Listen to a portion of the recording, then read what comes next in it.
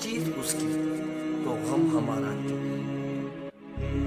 जब कोई अपना सफर पर जाता है तो बार बार उसको कॉल करके पूछते हैं कहाँ पहुंचे, कितना रास्ता रहे, और जब वो मंजिल पर पहुंच जाता है तो खुशियां मनाते हैं, खैर आफियत से पहुंच गया।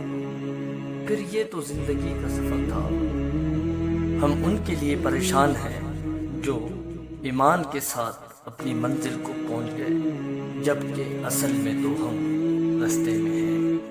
अल्लाह हमारा भी ईमान पर खात्मा करे, क्योंकि ये जिंदगी आर्जी है, असल ठिकाना तो वही है और वही है असली जगह। आपके अपने जन्नत में हो और आप वहाँ ना हो हमेशा की जुदाई। तो शुक्र कीजिए कि वो ईमान पर थे